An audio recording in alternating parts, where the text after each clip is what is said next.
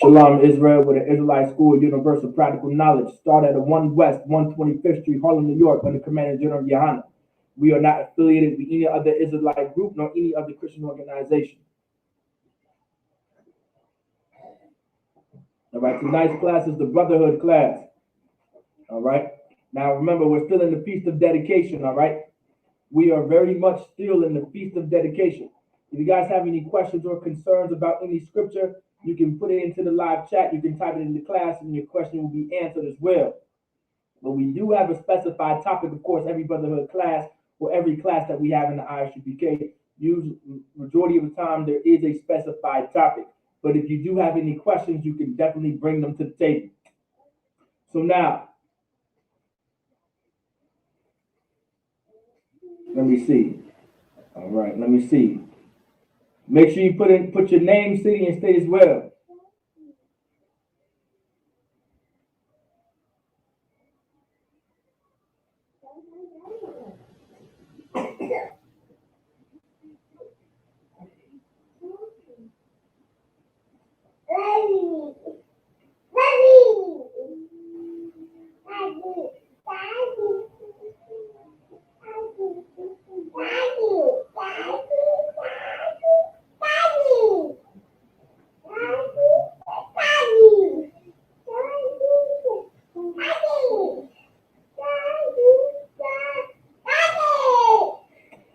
Okay, so now, all right, make sure you put your name, city, and state. All right, don't forget to check in, put your name, city, and state. So since tonight's class is the Brotherhood class, we want to understand what Brotherhood is. So for time's sake, I want to make sure I get through the lesson. I want to break down all of these scriptures. We're going to get 2 stories in the Bible talking about the law, by the way, and how much brotherhood these brothers showed in the Bible. You understand? You know what I'm saying? This amount of brotherhood and sisterhood that these brothers shown and this sister has shown in the scriptures, man. Like, it was real powerful. It was real heartwarming, you understand? Heartwarming, Salaki. It was real heartwarming when you read these stories, man. Like, when we were going through the Greek captivity, we were going through so much pain and suffering and torment. Like, it was such a horrible, and I mean, it was such a horrible captivity, almost as horrible as America. Almost just as horrible as America. Like, all of our captivities were terrible. All of our captivities were awful. But allow me to tell you, during the Greek captivity, while so-called blacks and Latinos and Native Americans, when the Israelites and the Jews were in captivity with the Greeks, man, it was so horrible and awful, man. So for time's sake, I'm gonna ask my 3 questions for brotherhood, because we're still gonna have to understand that there's brotherhood in these stories and there's sisterhood in these stories. I just gave you the answer for my first question, so everyone should know this.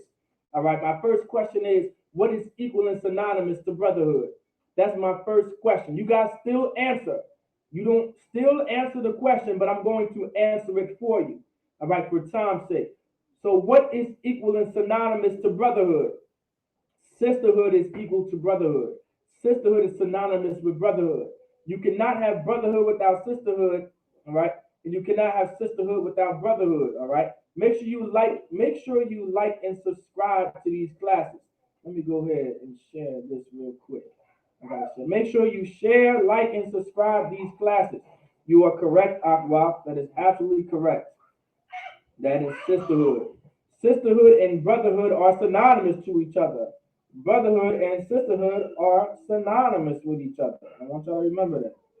All right. Brotherhood and sisterhood are synonymous with each other. Let me go ahead and get this real quick. Now, my next question is, if brotherhood and sisterhood are equal to each other, if brotherhood and sisterhood are synonymous to each other, then what is brotherhood and what is sisterhood? All right. What is brotherhood and what is sisterhood? Like, a lot of us believe brotherhood thinks that, we're wearing the same shirts and clothes and boots and shirts and shoes and hats and whatever. Like, some of us think brotherhood and sisterhood is coming together and, repping the same type of colors and repping the same block and street and Ave and whatever the case may be. Like, we believe that's what brotherhood is. We believe that's what sisterhood is. but that's not necessarily brotherhood, nor is that necessarily sisterhood. You understand? That's correct, Aqua. Brotherhood is love. Sisterhood is love. Like brotherhood is an action. Sisterhood is an action. It's something that you do, just like love is something that you do. Brotherhood and sisterhood is love. That's what love. Brotherhood is love. Sisterhood is love. Now, with that being said, if brotherhood and sisterhood is love, now we need to know what love is. Now, my next question is, what is love? Like, we have so many definitions of what love is in the Black community, in the Latino community, in the Native American community. Like, we have so many definitions of what love is, but we don't really know what love is. We think we know what love is. We think we seen love. Like, you ever had an old head be like, oh, you don't know what love is. You haven't experienced love before. Allow me to tell you that old head has never experienced love. They don't even know what love is because they think they know what love is, and they have their own definition of what love is. The problem that we have, one of the problems that we have within the Black, Hispanic, and Native American community, we we have too many definitions of what something is because we want to give our own standard. We set our own standard of what something is or what something may be. Like we have adapted and created our own standard instead of living by and also living by someone else's standard besides living by God's standards. Like we say we love God and we follow God, but we're not living and following and believing and worshiping and having faith and hope based off of the standard of the Most High. We don't have it. We're not doing it at all. Like we're almost not even thinking it or feeling it at all. You understand? This is one of the problems that we have. We have a standard. We set our own standard of what love is, and we're also following someone else's opinion or following someone else's standard of what love is. So that brings me to the next question: what is love? We cannot have more than one standard of what love is. There should only be one standard. Like everyone knows, there should only be one standard to follow or to address yourself by, or to stand by, or to walk by, or to run by, whatever the case may be. There should only be one standard. If you have too many standards, that's where confusion comes in. Once you have too many standards, that's when chaos comes in. Like we have to have one standard. So now with that being said, what is love? To answer your question, for this is the love of God, that we keep his commandments, and his commandments are not grievous. Like that's love. That's what love is. Love is keeping the laws of God. The love of God. You understand? Keeping God's laws, statutes, commandments. That's what love is. Give the Aqua a hand. Give Shakal a hand. That's correct. That is absolutely correct. Keeping and following the commandments. That's love. Love is keeping the laws of God. Love is not being a homosexual or being a lesbian. Love is not stealing and robbing and being a thief. Love is not being a murderer or some abortionist. Love is not smoking weed and getting high. Love is not smoking cigarettes and blacks and rellos and backwoods. Like this is what love is. Love is not selling drugs and selling heroin and crack and coke to your people. Like that's what love is. Love is not eating pork, shrimp, and lobster and all of that type of stuff. Like that's what love is. Like this is how you love the Most High, and this is how we should set the standard of loving each other. If you go above the verses of 1 John chapter 5, verse 3, and read 1 John chapter 5, verses 1 and 2, this is also how you love your people. You love them by keeping the law. You love them by maintaining the law. You love them by keeping the law. You love them by obeying the law. You love them by teaching the law. You love them by allowing them to have the standard of keeping the law. Like this is how you love your neighbor. You understand? This is how you love your people. It deals with keeping God's laws, statutes, and commandments. Like the problem we have is we go so astray of what it needs to be. Like we go so astray from what the Lord set up. We go so far astray from what the Lord has established and the standard that he established. You understand? Based off of the simple fact of what we feel and what we think, and by us following our oppressor and listening to our oppressor and obeying by his and obeying, it's like it, abiding and obeying his I can say his religion in his culture, in his fashions, in his heritage, in his traditions. This is how we go so far astray from ours. We go far astray from loving the Most High by following the traditions of man, by following the traditions of our oppressor, and by doing his and by going by his fashions, and by following his culture, and by following his heritage, and by doing his customs. This is how we come far away from loving the Most High and loving each other, and even as far as loving ourselves as a people. You understand? And this is the essence of brotherhood. You have to learn how to love yourself so much that you're willing to die for your people. Like there is no greater love than this, that a man would lay down his life for his brother, that would lay his life down for his friends. You understand? That's a scripture in the Bible. There is no greater love than a man that would lay down his life for his brother, that would lay down his life for his friends. Does anybody know what a friend is? A friend is someone that is proven to be worthy of trusting. That's what a friend is. Not everyone is your friend. Not everyone is your brother. Your brother is your friend. Your sister is supposed to be your friend. Your father and your mother are supposed to be your friend, as in someone proven to be trustworthy, that's someone you can trust to listen to, someone that you can actually trust to obey, to lead you in the right direction, whatever the case may be. Like this is what a friend is. Spiritually, that's what a friend is. Now, I'm not telling any parent that is a father or a mother to be friends with your kids. Like, hey, yo, what's up, man? What's up? How you doing? How you doing? Yeah, yeah. That's not what I'm saying. Of course, you absolutely, as a parent, you want to keep that parent to son or that parent to daughter relationship. But spiritually, you're supposed to be their friend. You're supposed to be someone that is proven to be trustworthy to guide them and protect them and to steer them into the right direction. Like that's what a friend is according to the Bible. Like that's what a friend is according to the scriptures, you understand? And that's the type of love that we need. The type of love that Christ said in the Bible is that there is no greater love than a man that will lay down his life for his friends. That's scripture. You can look that up. I'm not even going to pull the scripture because I want to get into the topic, you understand? But that's the essence of brotherhood. You understand? That's the essence of brotherhood right there too, you understand? Like that's what brotherhood is.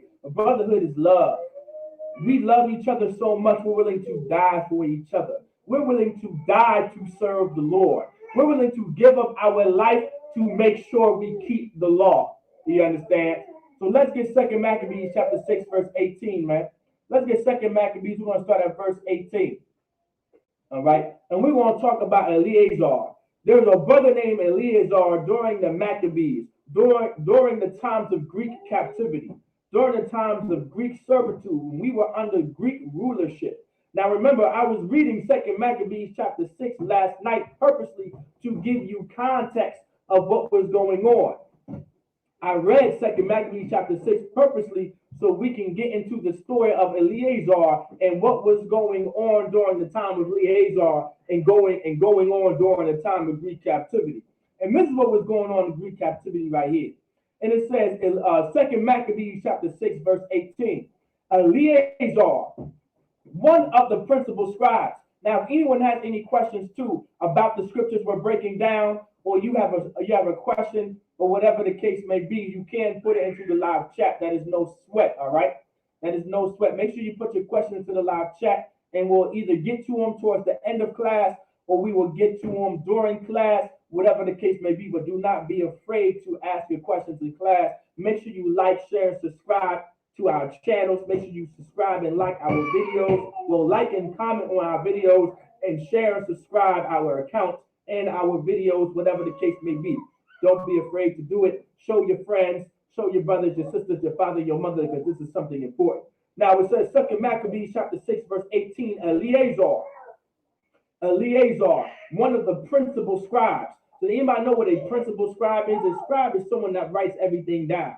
So there's a scribe. A scribe is usually a brother that writes everything down, that takes notes of everything that's going on, like the reason why we have our records today and the reason why we have the Bible today is because there were men that were scribes, you understand, that wrote these things down. You understand? All right. Let me see. Blessed Blessed are the men who wrote it. Let's get that precept real quick. All right, let's get it real quick. All right, real quick. All right, I want to say,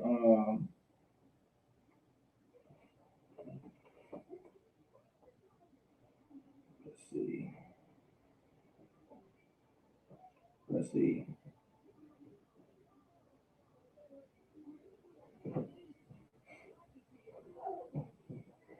Right, so a scribe is someone that would write something down.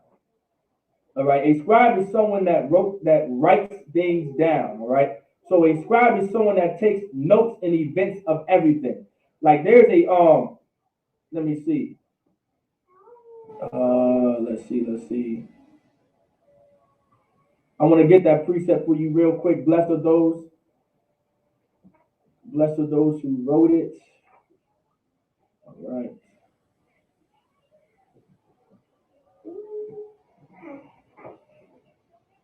It should be in Psalms.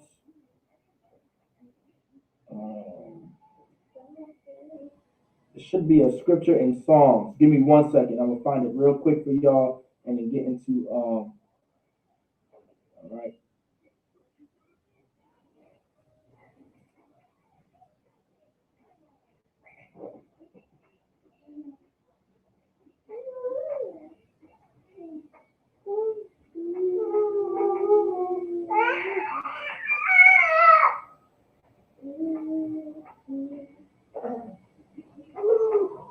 Let me see real quick. Also, if you guys have any questions, put it to the live chat. No sweat. If I can't find a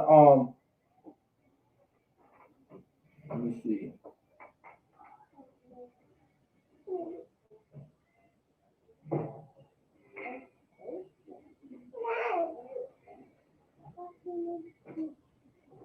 Let me see. I think I'm gonna say.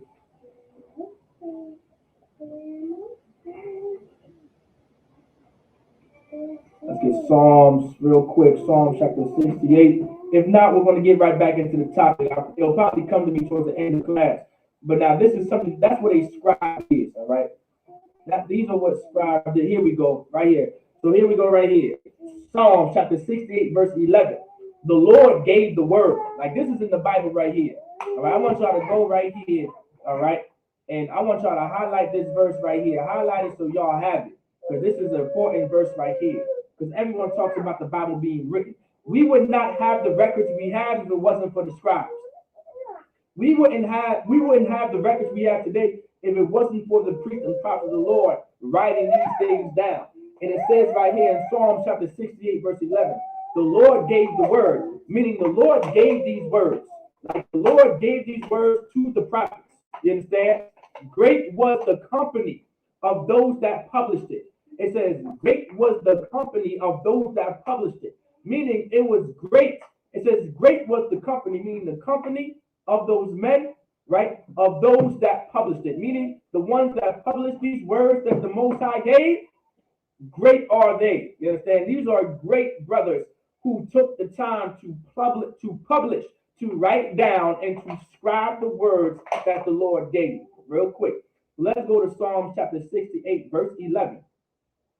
Psalm chapter 68, I said Psalm chapter 68, verse 11. Let's go back to 2 Maccabees chapter 6, all right, verse 18. So 2 Maccabees chapter 6, verse 18. And the Lord says, Eleazar, one of the principal scribes, meaning this brother was a scribe. This brother wrote our records, was in charge of writing a lot of things down and keeping notes of everything that was going on. Like a scribe is so important. Like there is a scribe in everything. A scribe in the courtroom, there's a scribe for events going on. Like a scribe is so important in the nation of Israel. It says Eleazar, one of the principal scribes, an aged man. Now this man was an older fellow. Like this man, he was an older man. He was high up there in age. Now, biblically speaking, all right, biblically speaking, a age doesn't always mean when the Bible talks about age, it's not always necessarily talking about how old you are, so to speak. Dealing with age is you sometimes dealing with rank and dealing with the experience of wisdom you may have or whatever age you are. You understand? So age doesn't always necessarily deal with how old you are. Now, of course, is it sometimes Is that sometimes the case? Yeah.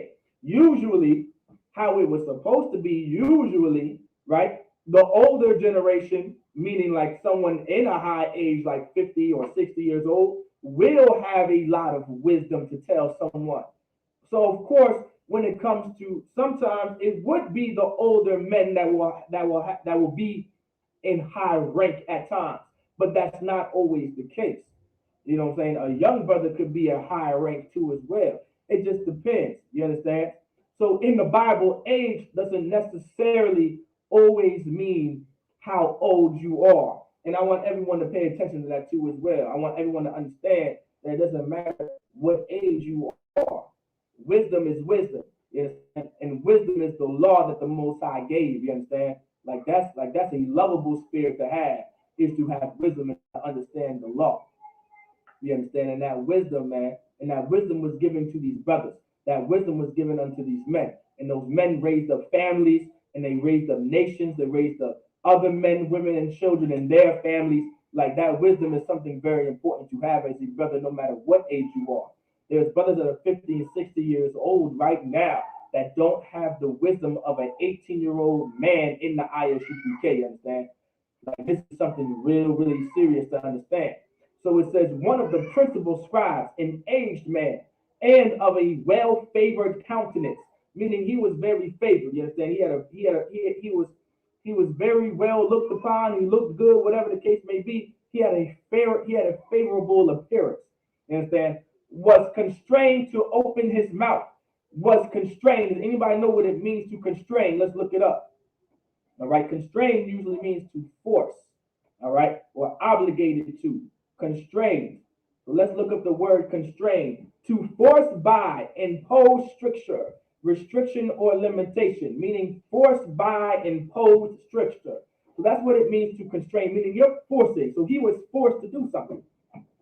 So this brother was forced to do something, was constrained to open his mouth and to eat swine's flesh. To eat swine's flesh. Now, Eleazar, this brother was an Israelite. This brother was a Jew. This brother was God's people, meaning what? He had the law, right? Meaning he knew the law. He knew the law, all right? And he had the law. He was given God's laws, statutes, and commandments, right? Like he knows these things. And he's an aged man. So now he's being forced to open his mouth and to eat swine's flesh. Now this is how evil it is. I want everyone to understand something. To eat pork, to eat your ham, to eat your bacon, to eat your chitlins, to eat your pigtails, to eat your pig feet. This was the customs of our oppressor. Like this is why the Greeks are forcing this brother right now to open up his mouth to eat swine's flesh. A swine would be a pig today. A swine would be a hog today. That's what a swine is. Your swine is talking about your pork, your pig feet, your pigtails, your ham, your bacon, your pork sausages, your sausage links. Like that's what swine is talking about. And this brother is being forced to open his mouth to it, meaning he's being forced to eat swine. This is one of the problems that occurred during Greek captivity. We were forced to break the laws of God. We were forced to obey the laws of the king's commandments, and one of the laws of the king's commandments was to disobey the laws of God. Like this is why it was so evil. Like this is why our oppressor is so evil, and the Greeks and the Romans are so evil. Now this is during Greek captivity. This is during Greek servitude. This is during the time of us being oppressed by the Greeks. And this brother Eleazar is being oppressed by being forced to open his mouth with eating pork, by eating that bacon, by eating that pork sausage and bacon, and them pigtails, and that pig feet, and them chitlins, and that ham. Like he's being forced to do this. He's going to eat this, even though it's against our law to eat pork. Like how many did y'all know that in the Bible it's against God to eat pork? It's against God to eat that ham and that bacon. Like it's against God to eat that sausage, that pork sausage. It's against the Most High to eat those pigtails and those pig feet and them chitlins. You understand? Like it's against the Lord and the Most High to eat this. And guess what? King Antiochus. King Antiochus, which is the king of the Greeks right now, is forcing these brothers and forcing the Israelites and the Jews to eat this pork, to eat this swine's flesh right now. Verse 19, but he, choosing rather to die, but he meaning rather, but meaning rather he, this is that he is referring to Eleazar, choosing rather to die gloriously. Like Eleazar chose, this was a choice he made. He chose to die than to eat the swine of the flesh. He said, but he, choosing rather to die gloriously, meaning he would rather die gloriously. Why? Why would it be gloriously to die at this time? Because it was glorious to die, not a sinner. It was glorious to die keeping the law than to live to disobey the law. It was better for you to die to keep the law than it was for you to live, right? And live and disobey the law. Like that is something very important to understand. All right. Hey, I love you. Bubba Kushar, sit down and be as quiet as possible, Bubba Kushar, right? Make that the last time, Bubba Kushar. You understand that? Most High in Christ. Choosing rather to die gloriously. Like this is why it would be glorious, you understand? Than to live stained with such an abomination, right? Than to live stained with such an abomination. That abomination was eating that pork. That abomination was eating that swine's flesh. Within our law, it was an abomination to eat the flesh of the swine. And according to our customs, according to our culture, according to our heritage, according to our traditions, it was an abomination to eat swine's flesh. You understand? Let's go real quick to that law.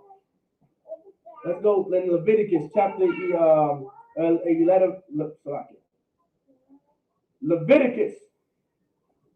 Leviticus chapter 11, verse 7. And the swine, though he divide the hoof and be cloven-footed, yet he cheweth not the cud, he is unclean to you. Like you have to understand, the swine was always an unclean animal to blacks, Hispanics, and Native Americans. We didn't start eating pork like the way we are until we went under slavery, until we went under the captivity of these Americans today, of our oppressor today, like your George Washingtons and your John Adams and your Andrew Jacksons and your Thomas Jeffersons and your Donald Trumps and your Mike Pence and your Bill Clintons and your George Bushes, you understand? Let's go back to 2 Maccabees chapter 6, verse 19. And the Lord says, than to live stained with such an abomination. Meaning, I would rather die gloriously. I would rather die keeping the law than to live being stained, meaning live while disobeying the law by eating pork. I'd rather die before I do that. And that's the type of spirit we have to have for you brothers, man. Like we have to have that kind of spirit for our brothers and our sisters and for our people in our nation. Like this is the type of brotherhood and sisterhood we need. We need that amount of brotherhood in order to keep ourselves alive. We need that type of sisterhood in order to keep ourselves alive. We need to be willing to die in order to keep the laws of God, instead of willing to live and disobey God. You understand? This is the type of love that we need. This is the type of spirit that we need in order to fix the conditions of blacks, Hispanics, and Native Americans. Not enough brothers and sisters have not enough brothers and sisters have the spirit and the strong, lovable spirit to be willing to not eat pork so the entire nation can learn and realize we are not to eat pork. Not enough of our brothers and sisters have the strong and lovable spirit to not be a murderer or an abortionist or a thief or some pedophile or some lesbian, sexual, whatever the case, homosexual, lesbian, whatever the case may be, in order to teach our people and to guide our people to keep God's laws, statutes, and commandments, and to fix the conditions of our people. We need to develop that love. we need to develop, all right? We need to develop this type of love. All right. I don't know who is in this class. All right. I don't know who that is, but let me go ahead talking about no one. Ignore that on YouTube. I don't know who that is on YouTube, but the order is, all right. We'll find out. Let's see real quick. Hold on real quick. Everyone bear with me real quick. All right. We got this right here.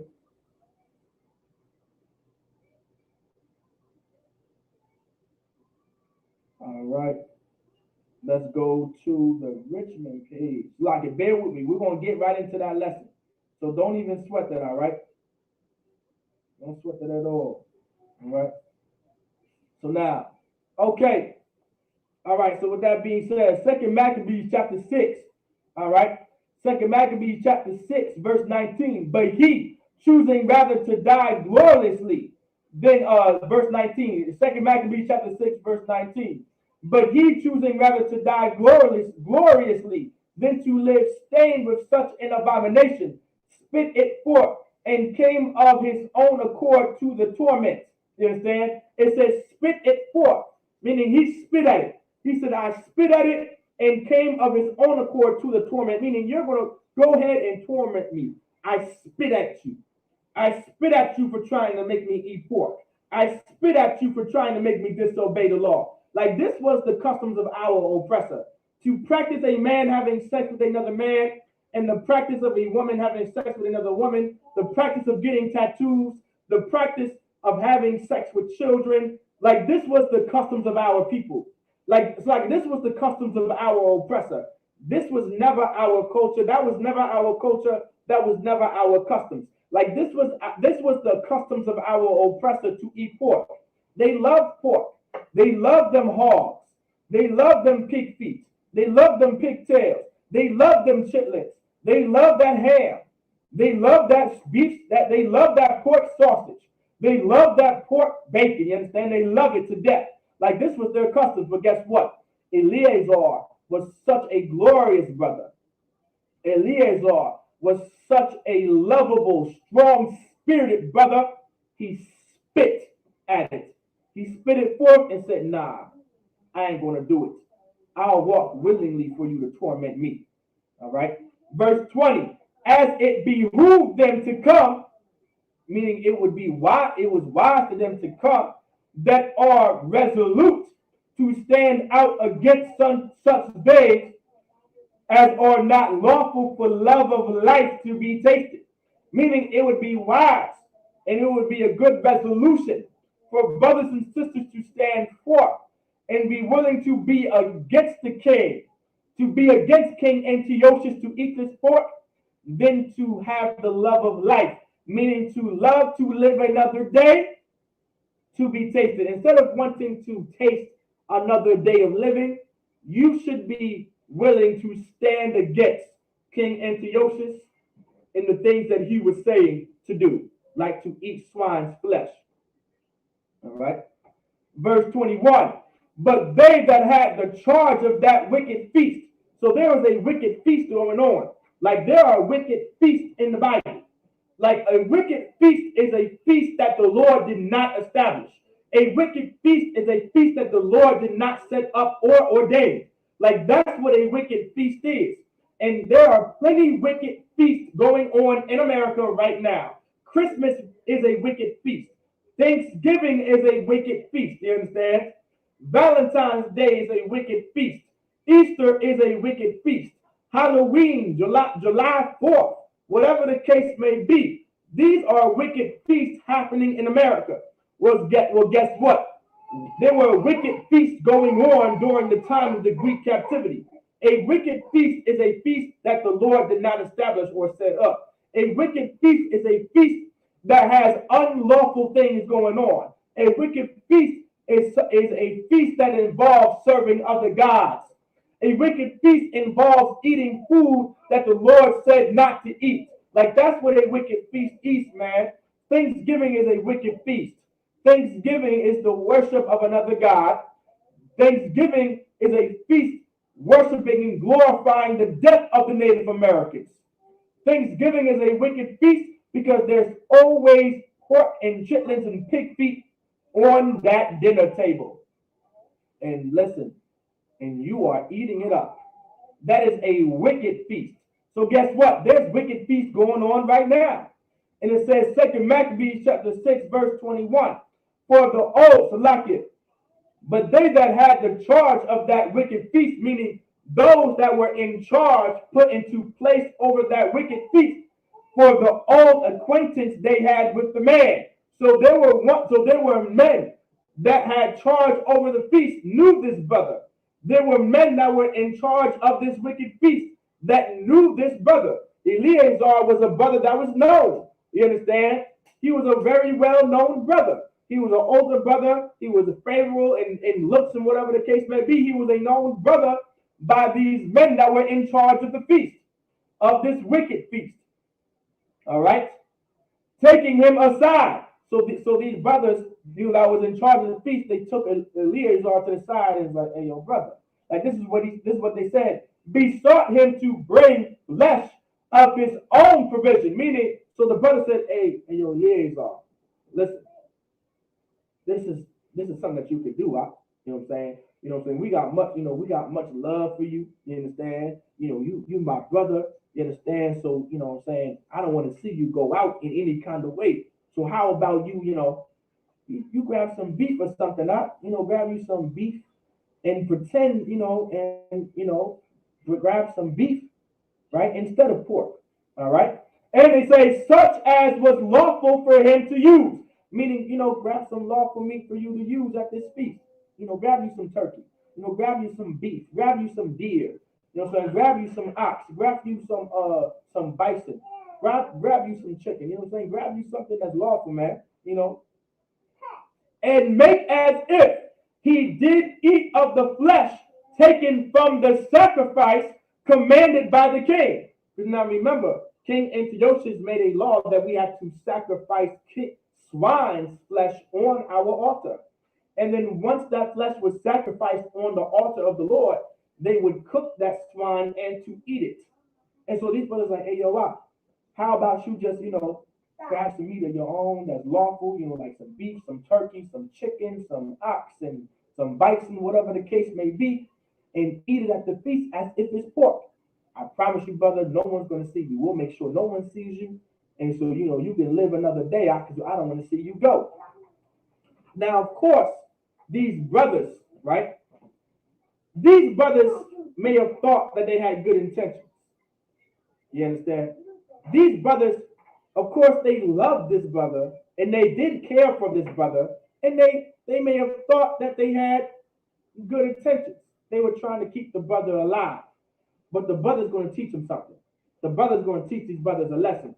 That this is the very same lesson that we all need to learn. All right?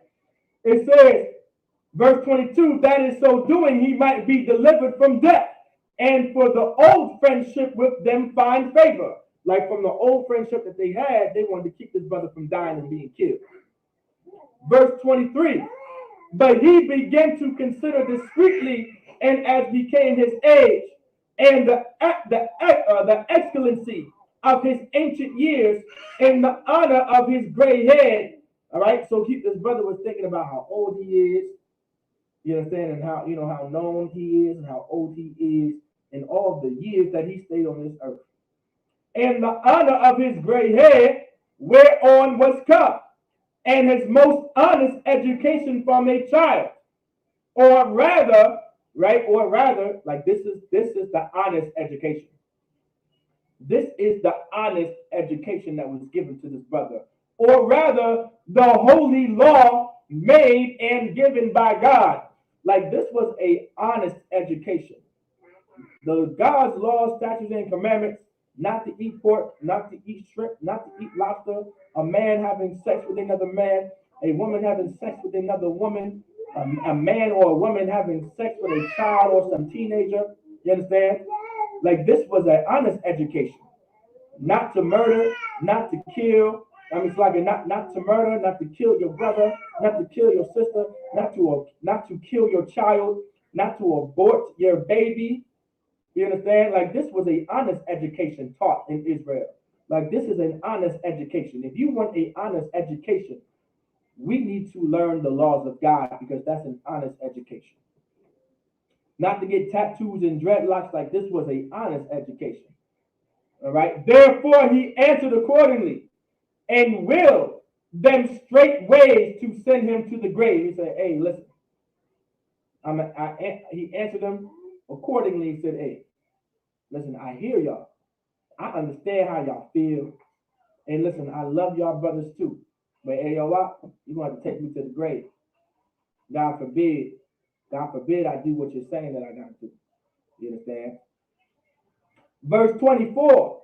"For it becometh not our age," said he. It says, "For it becometh not our age," said he, meaning this is not something that we should do at the age that we are. At the age that we are, we shouldn't have to do this, right? "In any wise to dissemble, whereby many young persons might think that Eleazar," right? So like it says, young persons, like he's about to, this is his answer accordingly. You understand? Like this is how Eleazar is answering these brothers accordingly. He said, listen, this is because the age that we become right here, in any wise to disassemble, meaning to take apart, whereby many young persons, meaning there's young brothers watching, right? Think that Eleazar, like there's young brothers watching me. There's young brothers watching Eleazar, right? Being 80 old and 10. Fourscore. 4 times 10 is 40 and 10. So you add the 10. This brother was 50 years old. Right? This brother was 50 years old. We're now gone to a strange religion. He's like, listen, right? Young brothers are going to look at Eleazar, like this brother speaking in third person. All right? I believe that's third person. Like this brother speaking in third person, like there's going to be young brothers watching me, thinking that I'm out here eating pork. I understand you want me to live. I understand that I'm still being lawful at the feast, at that wicked feast, but you don't understand the perception that is given. Now these young brothers think, well, okay, Eleazar, that brother's a principal scribe. That brother's up there in rank. You know what I'm saying? That brother's a principal scribe. He's a high-ranking scribe. That brother's a captain of 10 to 13,000. You understand? That brother right there, man, he out there, he eating pork. But I remember that cat. Hey, listen, I remember that cat. I was 12 years old. I'm 20-something years old now. I remember that when I was 12, that brother said, "You better not do nothing that crazy. You better not eat pork." Wait, second thought. That was the brother that taught me not to eat pork when I was in school. That was the honest education. You understand? So imagine this brother that was a principal scribe that was known in Israel, an older brother, high in rank. You understand? Like he was in charge. He played an important part in the nation of Israel. He played an important part around the Jews. He may have taught a few brothers like, "Hey, this is the law. You're not supposed to do this. You're not supposed to do that." You understand? There's young brothers looking at you at the wicked feast eating pork. Now he may not be eating the pork, right? Because the brothers are trying to tell him, just bring your own lawful meat to eat at the feast. But of course, if you're going to that feast, you're mandated like everyone else to eat pork. So if you at the feast and you still alive, guess what everyone's going to think? You ate pork. You ate that pig feet. You ate them pigtails. You ate them chitlins. You ate that ham. You understand? You ate that bacon, that beef bacon, that pork bacon. You ate that pork sausage. You understand? You ate those pork sausage links. That's what everyone's going to think. All right. Let's continue. All right. We're now gone to a strange religion. Like to eat pork is a strange religion. I want everyone to understand that one point. It is a strange religion to eat pork. It is a strange religion to believe that a man can have sex with another man. It is a strange religion to think that a woman can have sex with another woman. It is a strange religion to think and believe that a man or a woman can have sex with a child or some teenager. It is a strange religion to believe you can get tattoos and wear dreadlocks. It is a strange religion for you to think that you can smoke weed and get high and pop mollies and Percocets, you understand? To get high, smoke cigarettes and cigars and black and backwoods and rellos, whatever the case may be. That is a strange religion. It is a strange religion for you to worship other gods. That's why Christianity is a strange religion. It's a strange religion to want for you to want to eat seafood and have those seafood boils and eat those clams and those lobsters and those mussels and those shrimps and them octopi and those and that calamari and that squid, whatever the case may be. That's a strange religion, according to the Bible. We just read it. All right. Verse 25. And so they, through my hypocrisy, meaning I would be a hypocrite. I would be looked at as a hypocrite. Because guess what? I taught these brothers not to eat pork, but I'm eating pork. Everyone is, I'm going to be seen, I'm going to be looked at by everybody eating pork. Now, I know I'm not eating pork.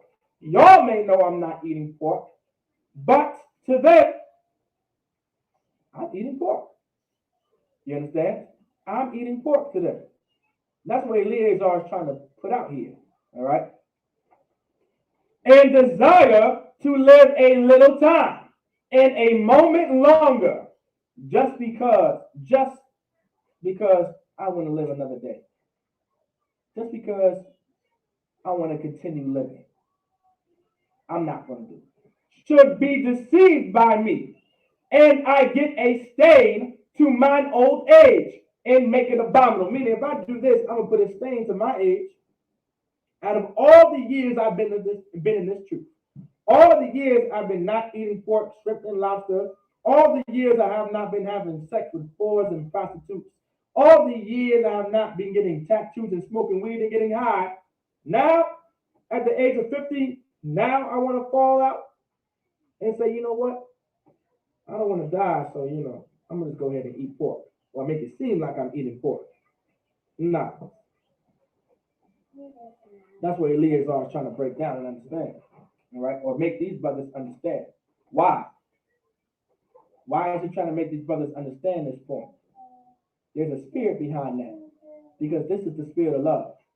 He's also teaching these brothers something in his age.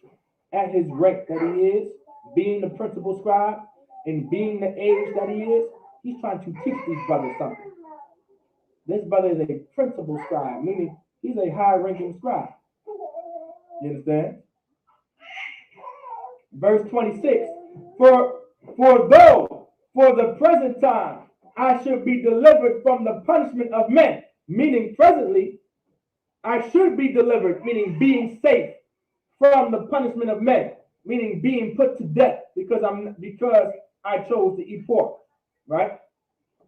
Yet should I not escape the hand of the Almighty, neither alive nor dead, right? Yet, even though if I do, right? Even if I do eat this pork, right? If I do eat this pork, even though I'm escaping the punishment from men, but I'm not escaping the punishment from the Lord. So what's more important?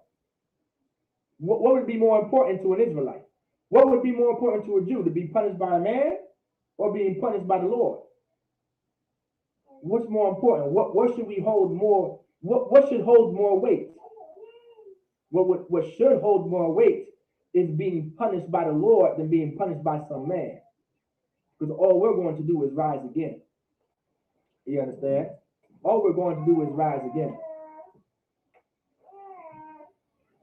Let's get it. Verse 27. Wherefore now, manfully changing this life, right? Wherefore now, manfully changing this life, I will show myself such an one as mine age requires. The Lord said right here, I will show myself such in one as mine age requires. Let me explain to a lot of these. Let me explain something here. Now, this brother, he is 50-something years old, but he is a principal scribe, all right? Meaning he has a high ranking system in the nation of Israel, meaning he's at a higher rank among the Jews, among the scribes. He's one of the high ranking scribes. That's why it says he's a principal scribe. They didn't just say he was a scribe. They said he was a principal scribe. That principal in front of that scribe, meaning he was a high ranking scribe. So he had rank. He said, I will show myself such in one as mine age requires. Let me explain something. At a certain age, there are things that are required from you. And our oppressor took that from us. At a certain age, there are things required for you to do. But our oppressor took that mentality from us. At a certain rank, there are things required of you to do. But because of our oppression, and because of slavery, and because of our captivity, we don't know this. It was taken from us. When you become a certain age, when you become a certain rank, there are things required of you to do. There's something required of you when you become an officer. There are things required of you when you become a captain. There are things required of you when you become a general. That's why everyone's not a general. That's why everyone is not a captain of 13,000. That's why everyone's not a captain of 10,000. That's why everyone isn't an officer of 5,000. That's why everyone's not an officer of 1,000. That's why not everyone's an officer of 550. You understand? I want everyone to understand that. There's something, right, at your age and at your rank, there's things that are required of you to do. You understand? There are things required of you to do. All right? I will show myself such in one as mine age requires. All right? It says it sounds strange. Let me know what do you mean by it sounds strange. Explain, Brother Prashad. I'll continue, but just let me know what you mean, Agua. That's no sweat. Verse 28.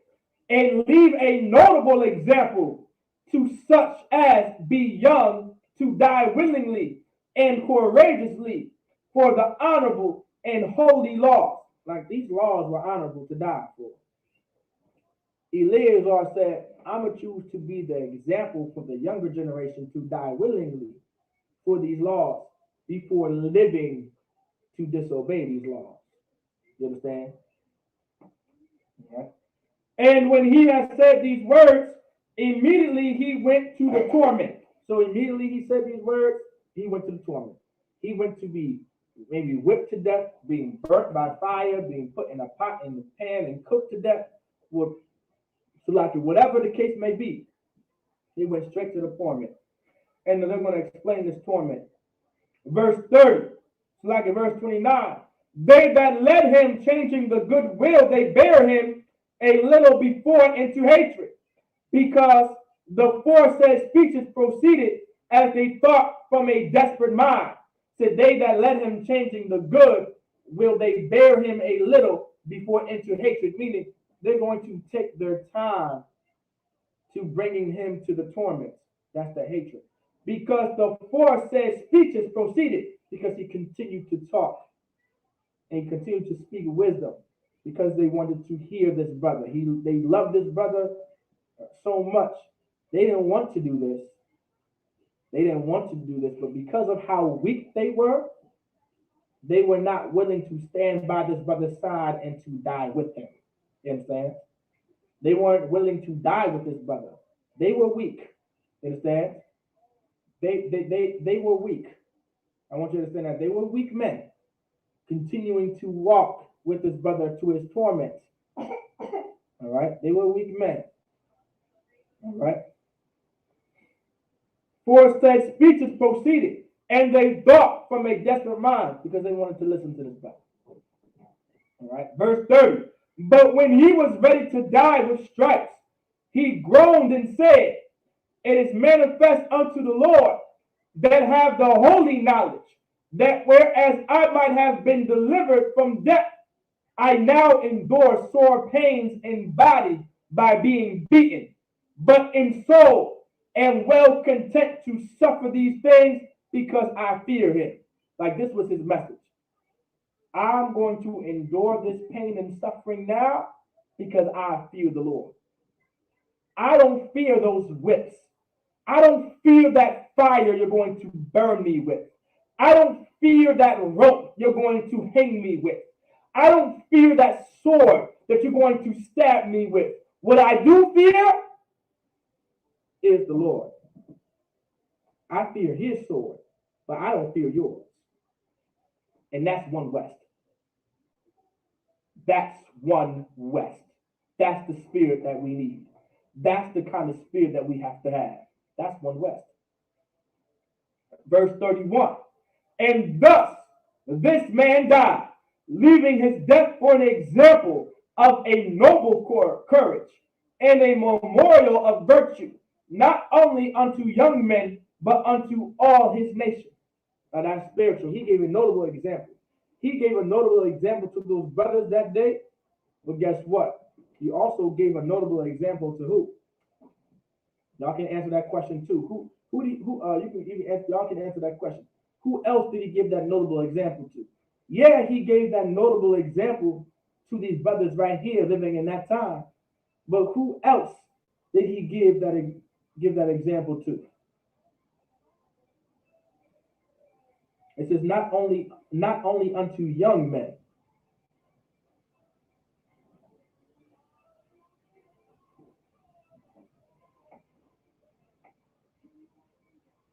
And y'all can answer, but for time's sake, I'm gonna give y'all the answer too. Those young men that he was giving notable examples to as well was us. We are the young men. We are the ones that are coming into the truth. That's why we call a young man a young man when coming into the truth, because he doesn't know the truth. He needs to learn how the truth is meant to be kept. He has to learn how to be a man of the Lord. He has to learn how to be a man of the Most High. Just like that sister, right? That sister is a young sister. And she's coming into school to learn how to be a woman of the Most High and to be a woman in the truth. You understand? They have to learn. So how do we learn? There has to be a notable example. And that brother in this case was that notable example. Dying. He was killed and he was put to death because he feared the Lord. And he wanted to give a notable example for those brothers under him. Say this right here is one West. You follow my lead. I'm a principal scribe. You follow me. This is what it means to be one West. This is what it means to be ISUPK. This is what it means. You understand? I want everyone to understand that type of spirit. And that spirit is well needed in the Black, Hispanic, and Native American community. We need that kind of spirit. Let's go to 2 Maccabees chapter 7. We're going to talk about these 7 brothers and their mother. If you guys have any questions real quick, y'all can ask. All right, just let me know.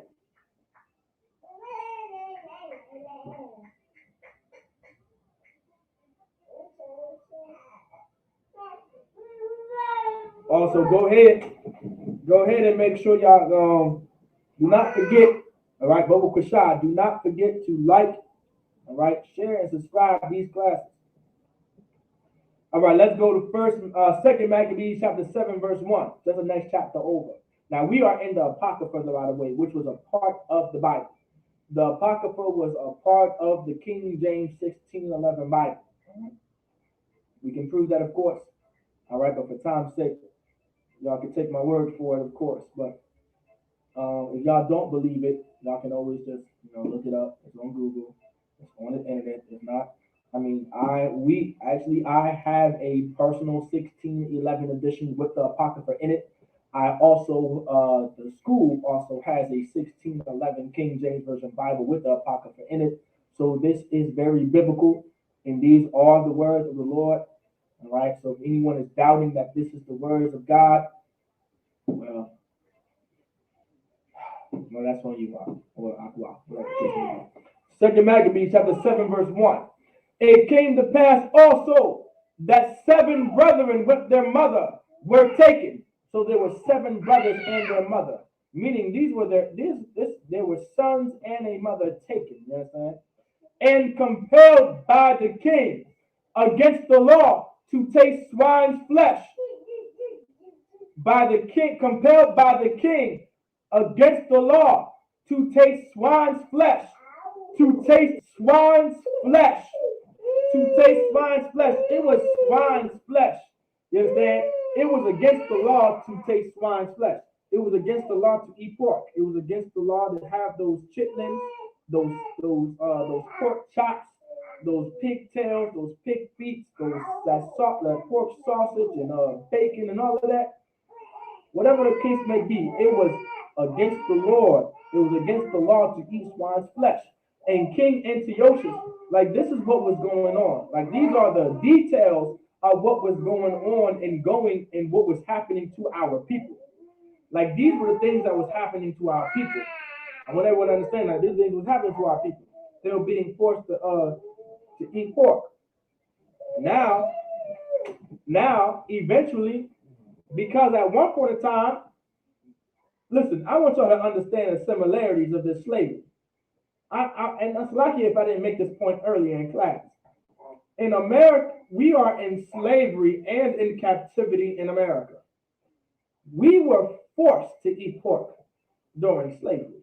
We didn't come here on those slave ships eating pork. We didn't come here eating, they didn't come here and see the Native Americans eating pork. They didn't come here and see that. You understand? We didn't eat pork.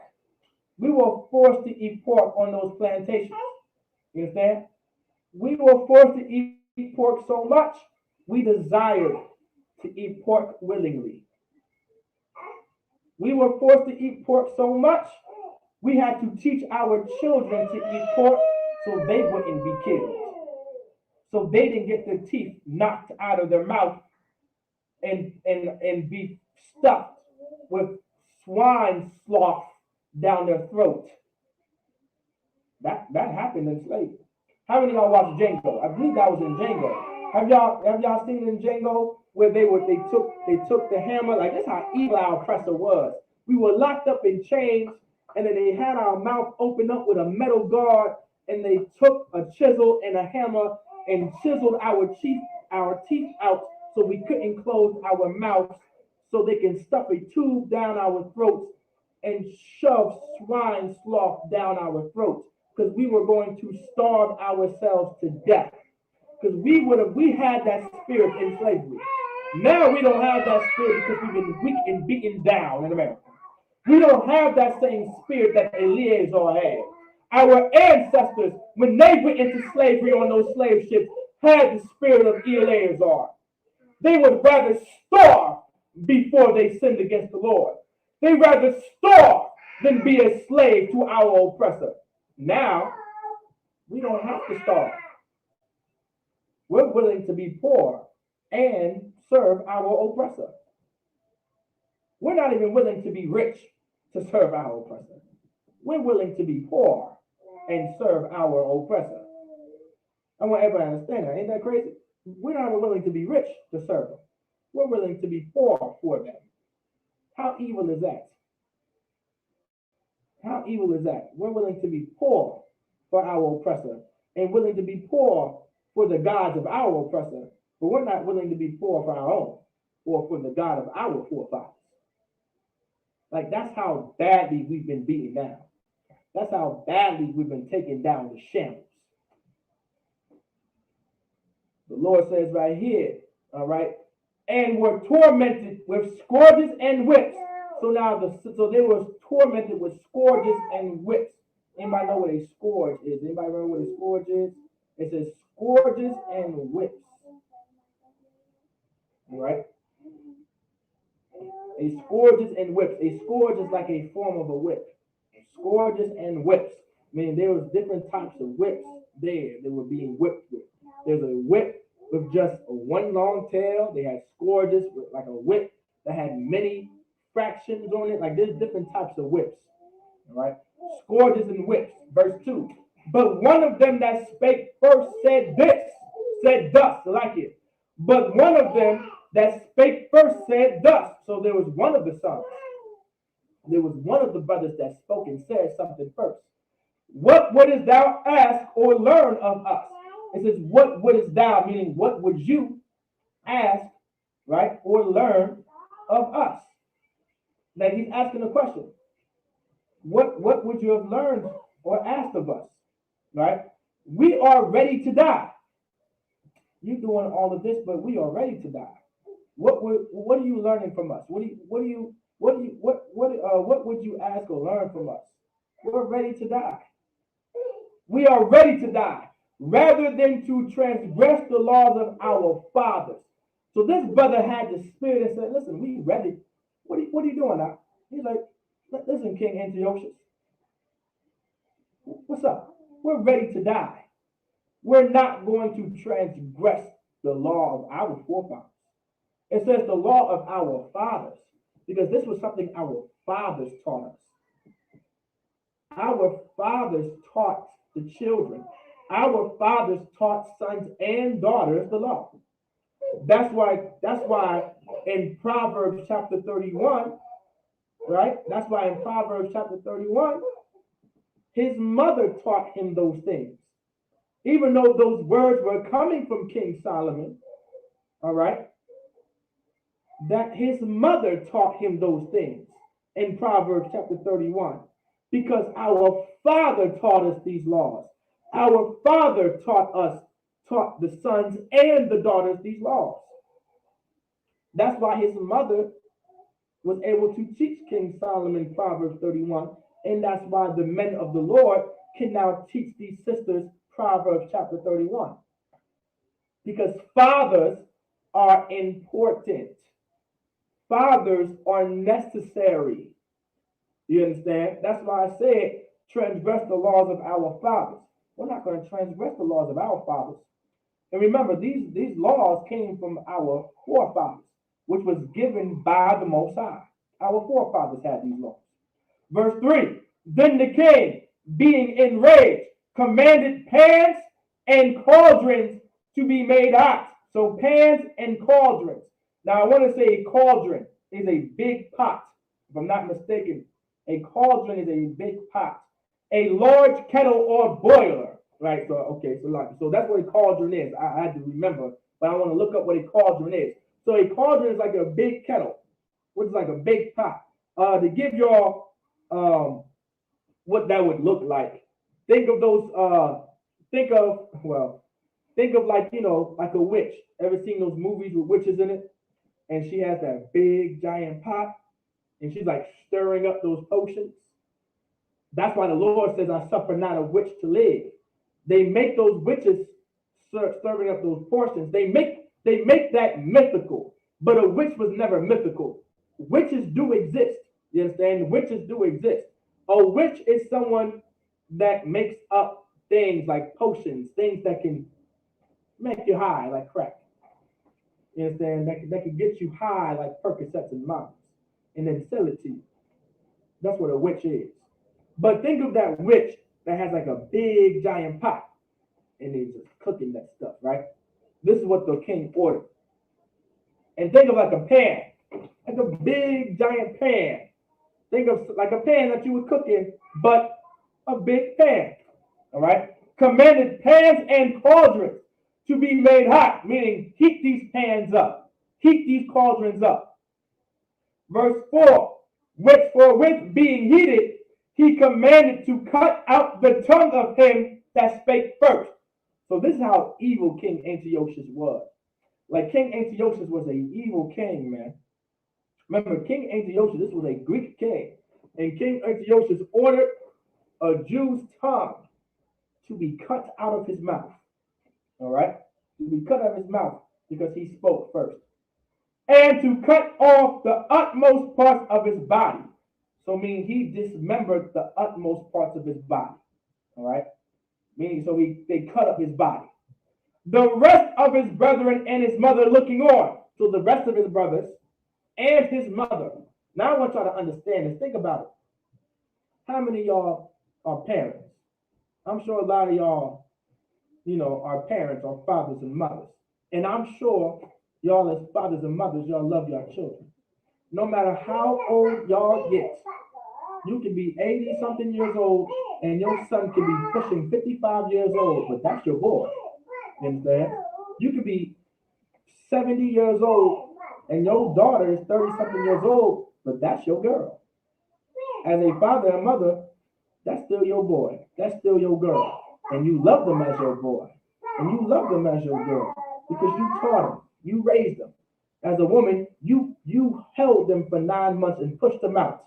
Now imagine how evil it was for this king to take the tongue out of a brother's mouth, to cut the tongue out of a brother's mouth and dismember his body in front of his mother.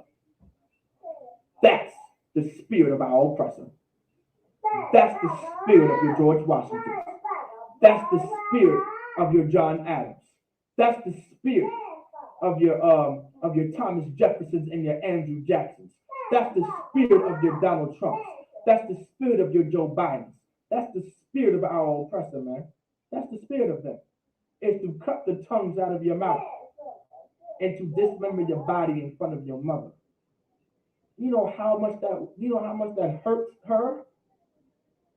She probably wanted to die herself for seeing one of her boys be put to death like that. This is a lynching right here in the Bible during the Greek. This is a lynching. That brother was lynched. That was a public killing. You understand? This was a public killing. It was our oppressor's culture to publicly kill people, all right, in order to strike fear into people. That was our oppressor's culture, was to kill people publicly to strike fear into our people. All right? And the rest of his brothers that grew up with him, you understand, played fighting, you understand, going to the park, playing ball, whatever the case may be. In Israel, we were fighters. So they were sparring with each other and fighting with each other, building with each other, bonding with each other. Now they're watching their brother get put to death in the most horrific way. But our oppressor isn't the devil. You understand? That's crazy, right? That's something. Our oppressor is the devil that the Bible speaks of. I want everybody to understand that. All right? That's one everybody. But let's continue, man. Everyone should know this by now. Verse 5. Now when he was thus made in all his members, meaning he was cut up.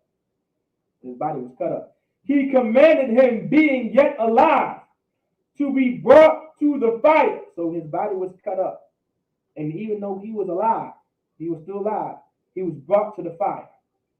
Right? Being yet alive, brought to the fire, and to be fried in the pan.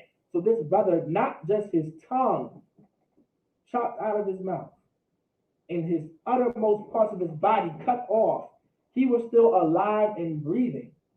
Of course, he was in pain, but he was alive, and then he was put in a pan to be cooked. They fried this brother. They fried this brother in a pan while his mother and the rest of his 6 brothers watching, because there's 7. So the 6 brothers was watching him get fried and burnt to death in the pan, and his mother, who gave birth to him, who raised him and suckled him. You understand? This is the horrific things that happened to us in the Greek captivity. You understand? And as the vapor of the pan was for a good space dispersed, so the vapors of the pan, that smell of his body was being dispersed. I don't know if y'all ever smelt burnt flesh before. It's not a pretty smell. All right. They exhorted one another with the mother to die manfully, saying thus, right? They exhorted one another with the mother to die manfully, saying thus, all right? So they exhorted.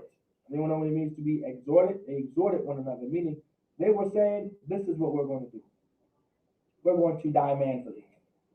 And they were explaining this, and they were talking about this with their mother. All right? Let's go ahead.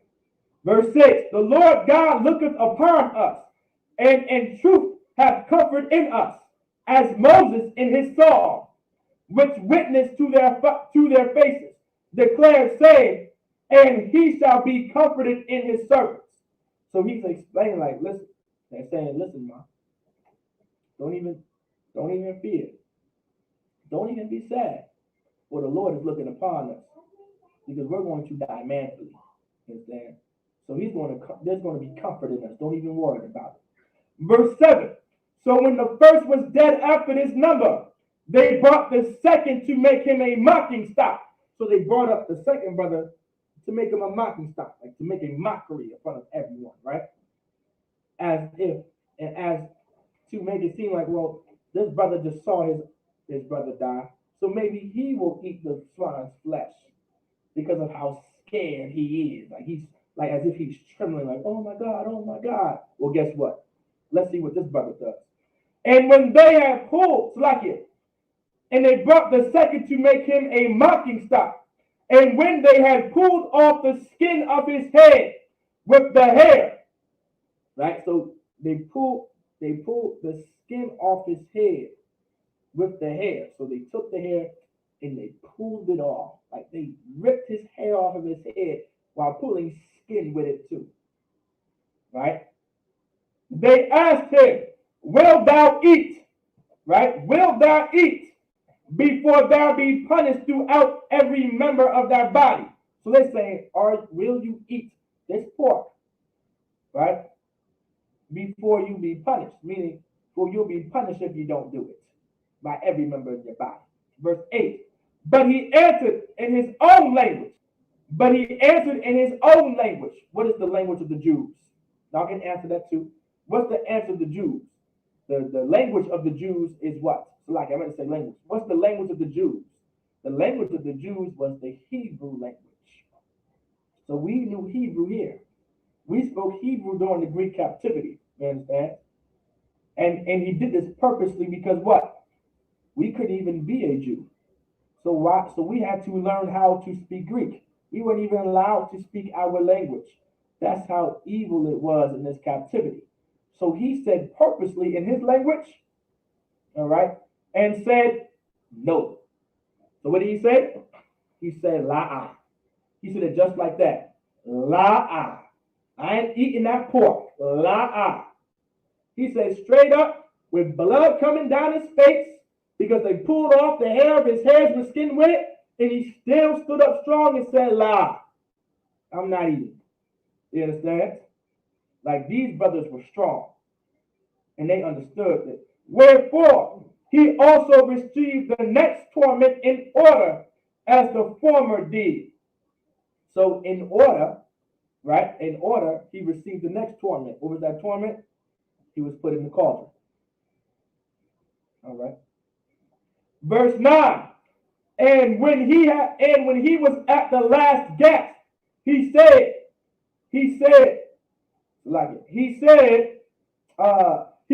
thou, like a fury, takest us out of this present life.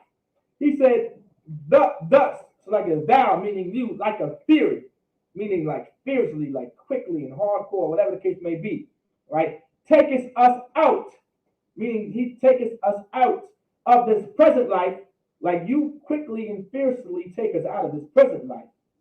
But, meaning rather, the king of the world shall raise us up. It says, but the king of the world shall raise us up, who have died for his laws unto everlasting life. I want y'all to stop right there. I want y'all to stop right here. And I'm going to stop right here purposely. I want y'all to understand this heavy point right here. And I hope everyone heard what I just said. This is in the Bible, right here. It says, even though you take us out this present life, but the king of the world shall raise us up, who have died for his laws unto everlasting life. Who is this talking about? I want everyone, who is this talking about? Who is this talking about? The Lord made this brother say this, by the way. This was of the Lord for this brother to say this at his last words. Who is he talking about? I won't go on until someone tells me he's talking about. And Salakia, Cap is in the class, he can't answer.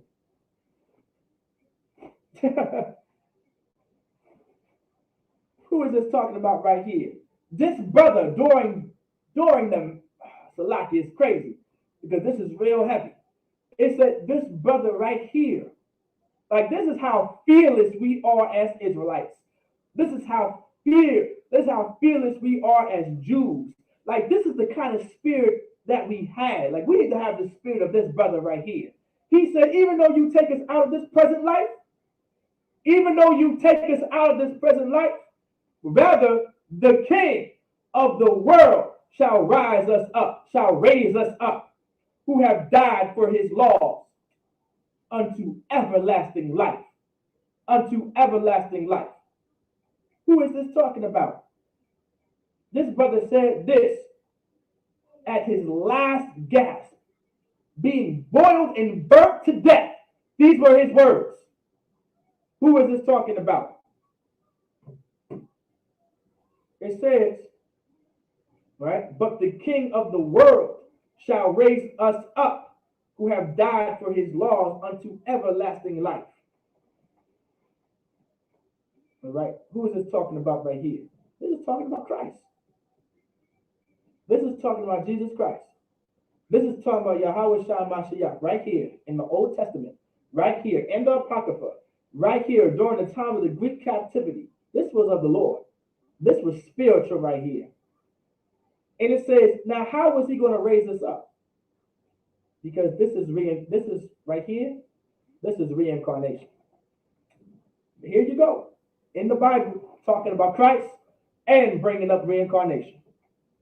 He said, I will rise again. That's what that brother said. His last words was, I will rise again under Christ. Christ was always prophesied to come. We knew it since the Greek captivity that Christ was going to come.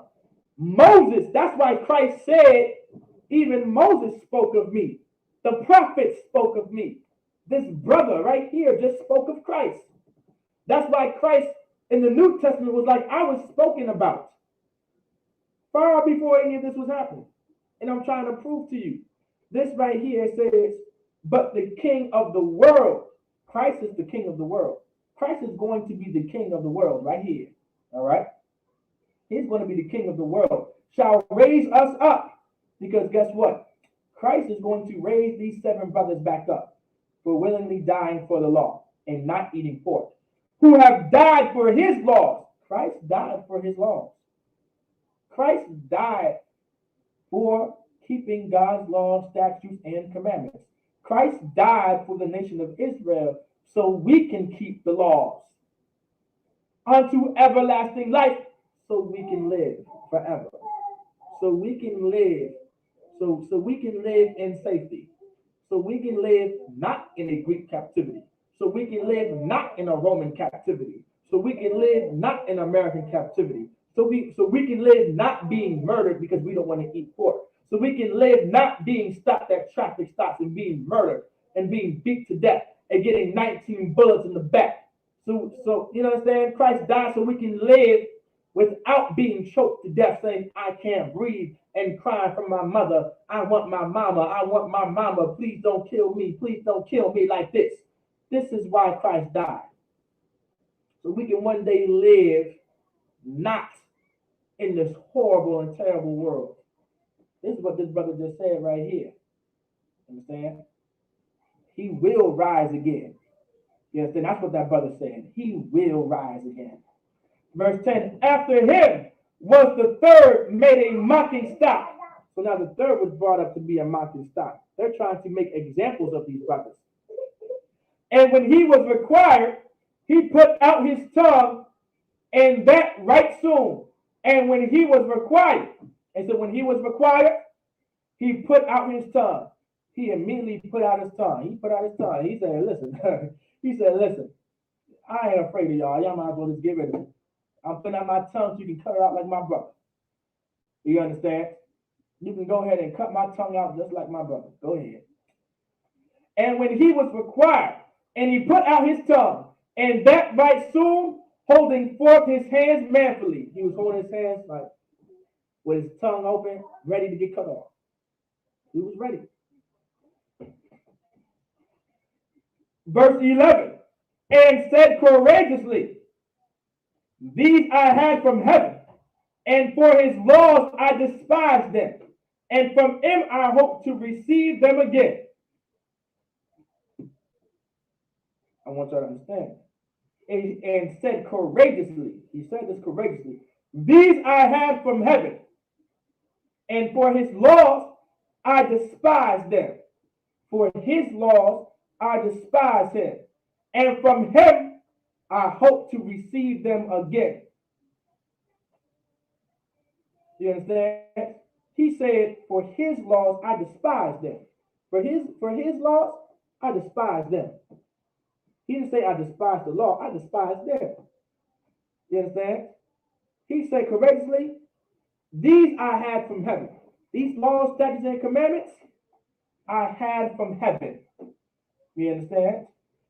And for his laws, for his laws, for God's laws, I despise this. I despise them. I despise them. And from him, meaning from the Most High, I hope to receive them again. Why are these brothers talking like this? Because these brothers know I'm going to rise again. This is reincarnation right here in 2 Maccabees chapter 7. This is reincarnation. These brothers are talking like this because they know they're going to be risen again. They know they're going to rise again. So what if you kill me now? I'm going to just come back again. Imagine going against brothers like that are not afraid of death because I'm going to just come back again. We're fearless, huh? Israelites, us Jews, we were fearless, man. We didn't care if we died because we believe we live forever. Go ahead, kill me. Try to go to war with me. I don't care if I die. I'm going to come back again. What are you, crazy? Kill me. I want you to kill me. Type stuff, like, you know what I'm saying? Like, not like little, but you say, like, come on, come at me. I don't care. I'm going to go blow to blow with you because I'm going to rise again. And I'm gonna go blow to blow with your son. And I'm gonna blow to blow with your son's son. And I'm gonna go blow to blow with your son's son. Like, this is the type of mentality that we had. We were going to fight everlasting. You understand? We were going to live forever. Because we are going to rise again. That's why these brothers are talking like this. Verse 12, insomuch that the king and they that were with him marveled at the young man's courage, for that he nothing regarded the pains. So they were so marveled, they said, go ahead and give him your words. Verse 13, now when this man was dead also, they tormented and mangled the fourth in like manner. So the fourth son also got mangled in manner, just like his brothers. So now you got four brothers. Verse 14, so when he was ready to die, he said thus, it is good being put to death by men to look for hope from God to be raised up again by him. Shalom. Shalom. I want everyone to understand that. Shalom. I should end the class right now. You know what I'm saying? There we go. Nah, we got more. It says, it is good being put to death by men. Meaning, it is good for you to put me to death. To look for hope from God. Meaning, I'm going to look for hope from God. To be raised up again by him. Meaning, to be put back on this earth again. This was in the Bible. This is reincarnation in the Bible. As for thee, thou shalt have no resurrection to life. But you, as in you, shall have no resurrection to life. Meaning you shall not rise again. Why did he say that? Why did he say that?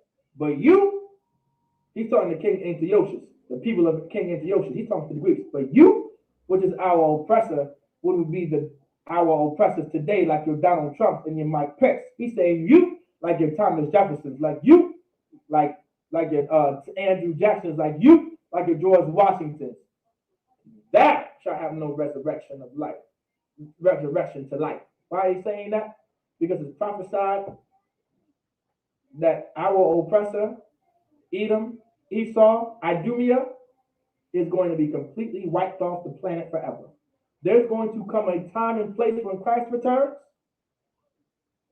You understand? That there's going to come a time that our oppressor, we're never going to see a Donald Trump again. We're never going to see a Mike Pence again. We're never going to see a Joe Biden again. We're not going to see a Bill Clinton again. We're not going to see a Lyndon B. Johnson again, or a Ronald Reagan again, or a JFK again, or a Dwight D. Eisenhower again, or a Teddy Roosevelt again. We won't go and do it. We won't go and see it. That's prophesied in the Bible. That's why he said that. Verse 15. Afterward, they brought the fifth also and mingled him. So now here's the fifth brother being brought up and mingled. So now there's five now, right? They looked unto the king and said, Thou hast power over men. Thou art corruptible. Thou doest what thou wilt. Yet think not that our nation is forsaken of God. So this source says, Then looked he unto the king. So this fifth one looked unto the king and said, Thou hast power over men. You have power over the men. No sweat. Thou art corruptible. You're corrupt. You're corruptible. You're definitely corrupt. Thou doest what thou wilt, meaning you do what you want to do. You do what you will. You will do what you will do. You do what you want. Yet think not that our nation is forsaken of God. But think not that our nation is forsaken from God. You understand? Don't think our nation is forsaken of God. Meaning, don't think God left us. Don't think God doesn't care about his people anymore. Don't think that. Verse 17. But abide a while, and behold his great power, how he will torment thee and thy seed. These brothers are prophesying right here. This is all from the Lord right now. I want y'all to understand that these brothers are prophesying. These brothers are prophesying the hell out of things right now. You understand? So like, I shouldn't say out of hell, all right? But they're prophesying like hell. They're prophesying out of heaven, damn near. I want y'all to understand this. They are prophesying damn near out of heaven, all right? It says, for abide a while, meaning abide a little bit. Stand by. And behold, meaning look, his great power, meaning the great power the Lord has, how he will torment thee and thy seed. Meaning he's going to torment you and thy seed. The Lord is going to punish you and your seed for what you have done to us. Don't think God has forsaken us. Don't think it for a bit. You're going to pay for what you've done to us. You're going to pay for it. Verse 18. After him also they brought the sixth, who being ready to die said. So now here's the sixth brother. The sixth brother came up and said he was already ready to die too. They already was talking to their mother. You understand? And said, we're ready to die. You understand? Like this, and I want y'all to understand this. I want y'all to understand this before class ends. She was a great mother. I want y'all to understand she had to be a hell of a mother to raise up these sons.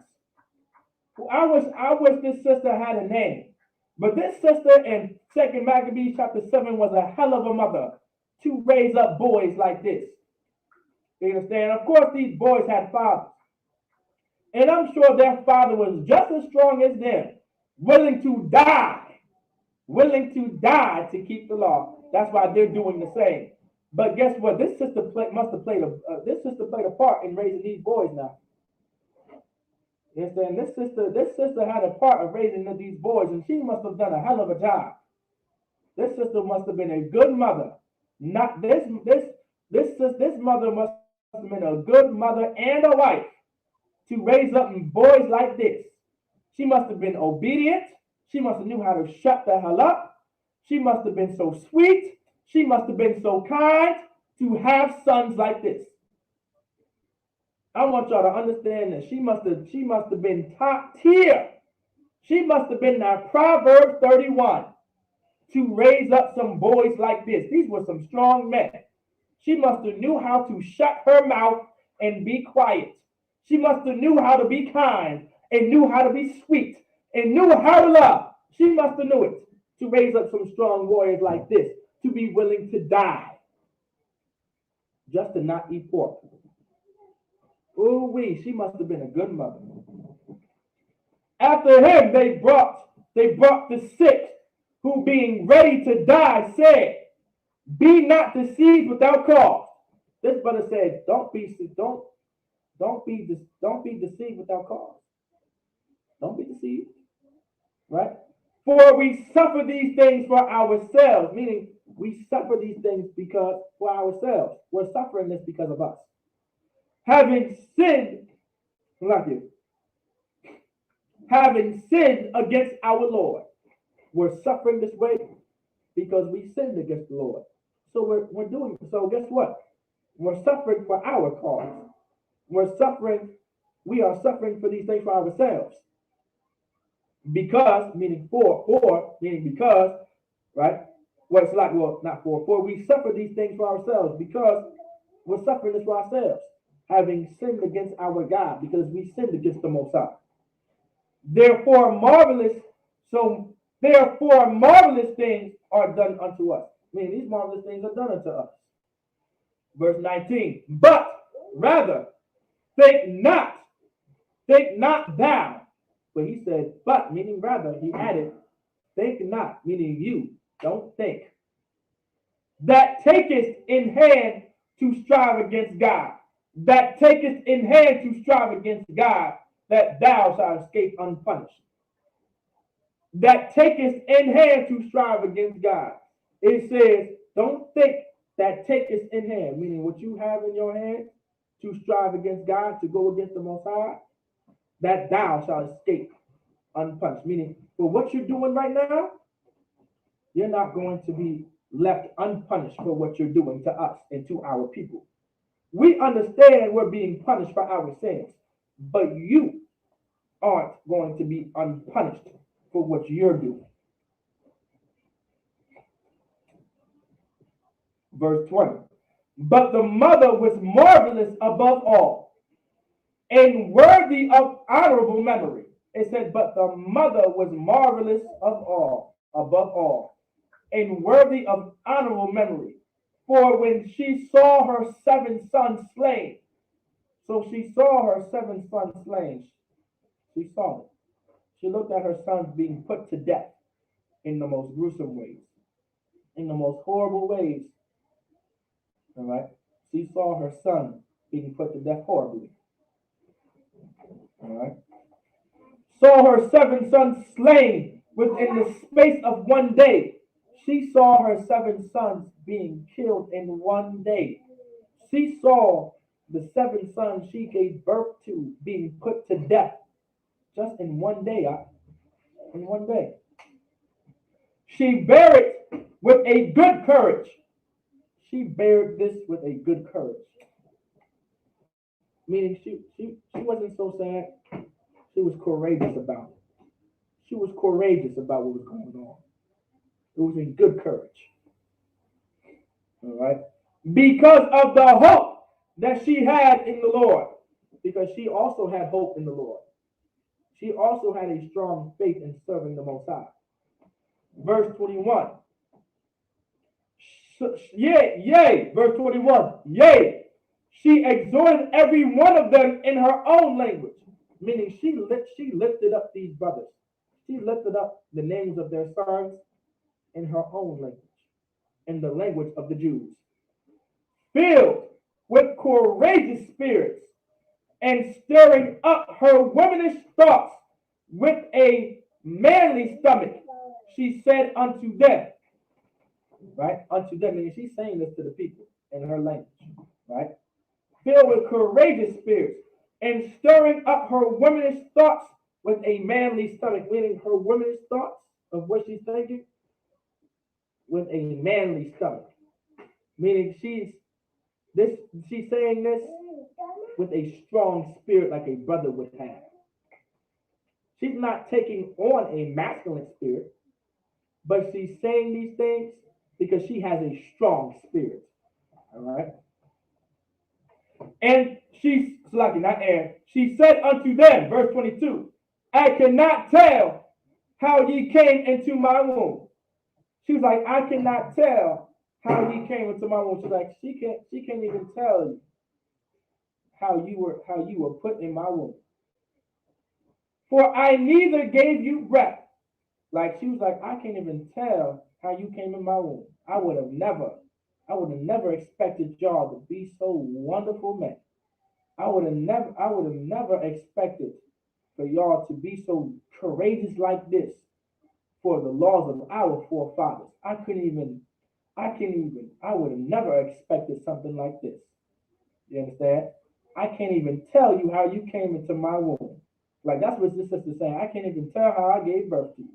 Like this is a sister explaining how proud she is of her sons. Like she's not really saying I can't tell. But imagine a mother saying, I can't believe I gave birth to you because of how great you are. How can something like this come out of me? Think about it that way.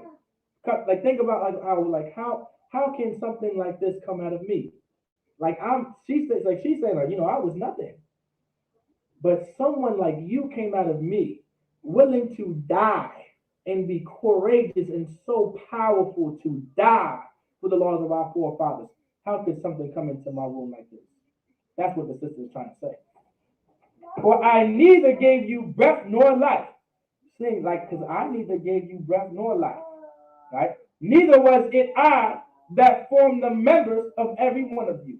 It wasn't me that gave you life or breath, nor was it me that gave you the arms, the legs, the feet, or whatever the case, the eyes, the nose, the ears, the hair. I did none of that. Right? I did none of that. That's what she's saying. Verse 23. But doubtless the creator of the world, but the creator did. But the creator, which is the most high power, he did. Who formed the generation of man and found out the beginning of all things, will also of his own mercy give you breath and life again. Ooh-wee. This sister just said something real heavy. This sister right here, she prophesying right now. This sister's saying something purposely. She's making an example of her sons. That's why she's saying to these people right here. This sister right here is saying something. This is of the Lord right here. This sister saying something this way right here. All right, you understand? Now, before we get any further, we're not saying this now because the sister's saying all this. I don't need no argument and no debate like, see, a woman can lead. A sister can be in charge. No, that's not what this is saying. But this sister did say something powerful. And this sister is saying something of the Lord. But doubtless the creator of the world, who formed the generation of the man and found out the beginning of all things, will also of his own mercy, meaning this is what the creator will do of his own mercy, give you breath and life again. It said, this sister said, her sons will get life again. Her sons will get breath and life again. As ye now regard not your own selves for his law's sake. The reason why you're going to live again, because you were willing to lose your own selves. You were willing to regard not your own selves for his law's sake. This is how amazing brotherhood and sisterhood is. We should have the spirit of regarding not ourselves to keep the laws of God. We should regard not ourselves to make sure our people live. We should regard not ourselves so our people don't eat pork, shrimp, and lobster. We should regard not ourselves so our people learn how to not have sex with whores and prostitutes. We should regard not ourselves so our people know that a man should not have sex with another man, or a woman should have sex with another woman. We should regard not ourselves, so our people can learn and know not to smoke weed and get high, and smoke cigarettes and blacks and rellos and cigars and backwoods and rellos. We should regard not ourselves for the sake of our people, for the sake of God's laws. That's the spirit that we need. That's the spirit that we should have. This sister said that her son will rise again. This is reincarnation right here in the Bible. Verse 24. Now Antiochus, thinking himself despised. Right here. Now Antiochus, thinking himself despised, and suspecting it to be a reproachful speech, meaning a speech that's supposed to be teaching, right? Willis the youngest was yet alive, did not only exhort him by words, but also assured him with oaths that he would make him both a rich and a happy man, right? If he would turn, so he said, hey, even though the youngest, right? It said the youngest, right here. The youngest boy was still alive. The youngest boy was still alive. And the king said, you know what? I will make you the richest and happy man. If he would turn from the laws of his fathers, I will make you a rich and happy man if you disobey the law of your fathers. If you go ahead and eat pork, shrimp, and lobster, as long as you eat pork, shrimp, and lobster, I will make you the richest man and happy man. As long as you smoke this weed and get high, I will make you the richest and happy man. As long as you sell your people out and keep them in the ghettos and keep them in the projects and poor, I will make you the richest and happy man. This was the spirit of our oppressor. This is what this brother said. This is what King Antiochus said to this brother. And that also he would take him for his friends and trust him with affairs. And I'll take you amongst my friends and I will trust you with my affairs.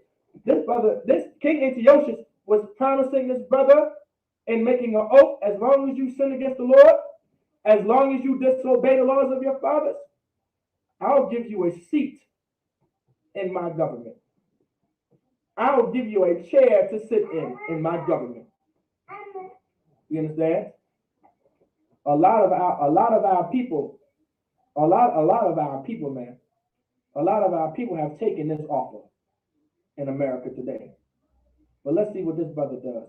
But when the young man would in no case hearken unto him, this young brother right here, he saw all his 6 brothers be put to death in the most gruesome ways. But he didn't even listen to the king. The king called his mother and exhorted her that she would counsel the young man to save his life. And he was like, because this king was trying to push. This king wanted, this king didn't want to lose. I want y'all to understand something here. This king did not want to lose. This king wanted to win. This king wanted to win against this family. He wanted to get at least one brother out of the 7 to eat this pork. He wanted this brother to, he wanted to win. This king didn't want to lose. So he exhorted, he brought up his mother and he said, counsel this young man so he can live. Get him to eat pork and shrimp and lobster. And let's see what this beautiful woman says. All right. Verse 26, and when he had exhorted her with many words, she promised him that she would counsel her son. And she said, I will counsel my son. I will counsel her. I will counsel him. Don't worry, no sweat. And I want y'all to, I'm going to go over a little time so I can finish out these scriptures. All right. Verse 27. But she bowing herself toward him. It says she bowing herself toward him. So she bowed herself. She bowed herself toward her son. All right. She bowed herself. laughing the cruel tyrant to scorn. This sister is beautiful, by the way. This is a One West sister right here. This is a One West mother. This is the type of spirit that mothers have in the ISUPK. She laughed and scorned at that tyrant while bowing to her son. She laughed and scorned this King Antiochus. You understand? Spake in her country language on this manner. And not just that, she laughed and giggled and scorned that tyrant while bowing down to her son. She also actually put the cherry on top and spoke in her language. She spoke in the Hebrew language. You understand? Oh, my son. She said, oh, my son, have pity upon me that bare thee 9 months in my womb. She said, please have pity on me. Please have pity on me that I'm the one that carried you for 9 months. I carried you for 9 months. Please have pity on me. And gave such 3 years and nourished thee and brought thee up unto this age. Please have pity on me for this reason. I gave thee such 3 years. What's that 3 years? I breastfed you for 3 years. All right. And brought thee up and nourished thee. I nourished you. I fed you for these years. I breastfed you for 3 years. I nourished you for these years. And brought thee up unto this age. And I brought you up to this age. That's why I said this sister done a wonderful job raising up these 7 sons. Like, this is a One West sister. For these sons to be this strong, this woman, this mother had to do a hell of a job. She had to do a hell of a job. She was that Proverbs 31 sister. She knew how to be kind and sweet and lovable and knew how to shut her mouth and be quiet and to be silent when said to.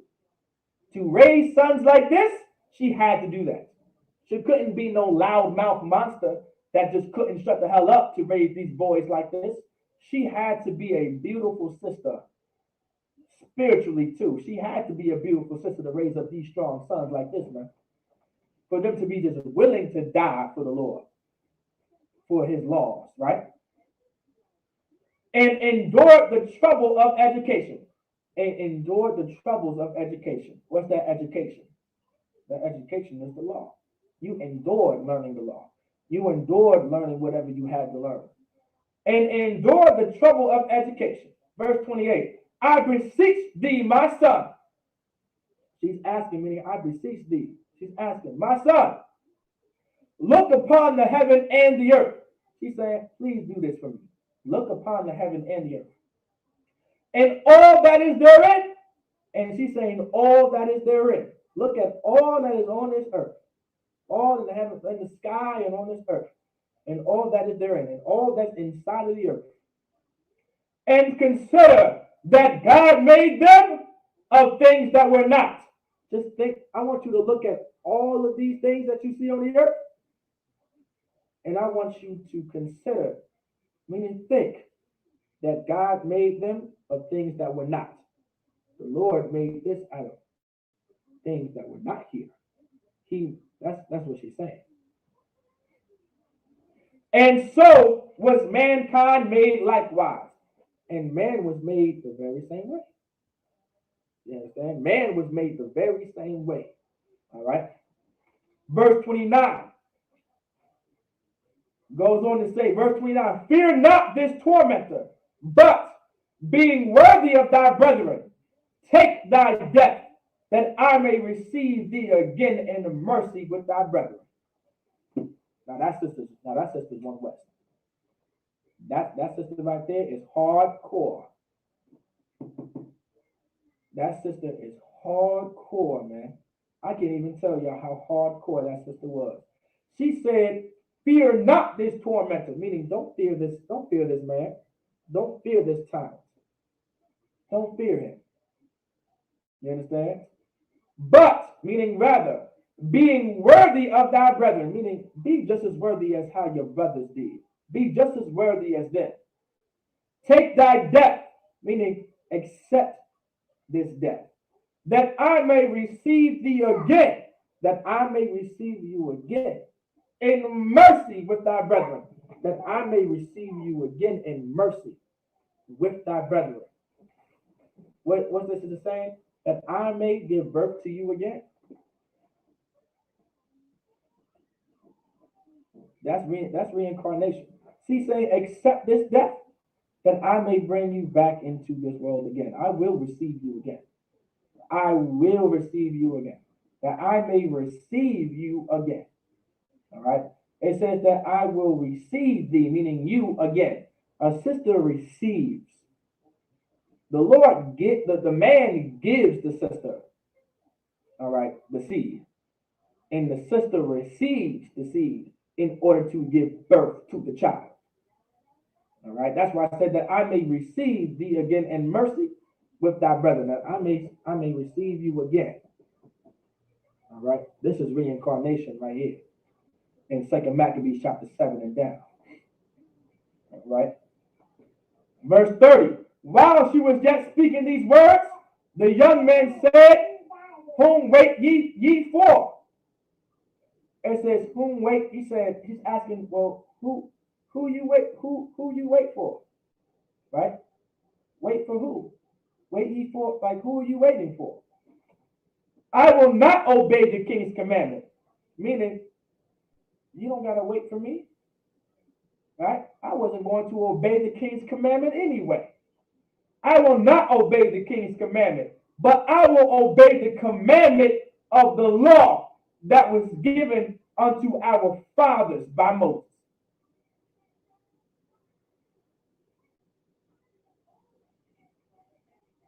This is what he said. This is what he said. He said, I'm going to keep the law of Moses that was given. You understand? Was given unto our fathers by Moses. That's what he's going to keep, which was given by the Most High. Verse 31. And thou, and he said, and you, talking about the king, thou hast been the author of all mischief against the Hebrews. He said, you've been the author of all this mischief against the Hebrews. He's talking about the Jews. Shall not escape the hands of God. He said, and guess what? You're not going to escape. You're not going to escape the judgment of the Lord. You understand? Verse 32. For we suffer because of our sins, because we suffer for our sins.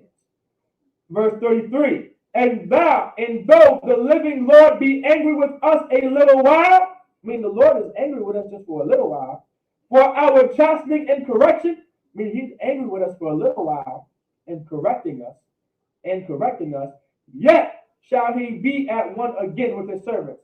Yet, meaning this is what's going to happen. He will be one with us again.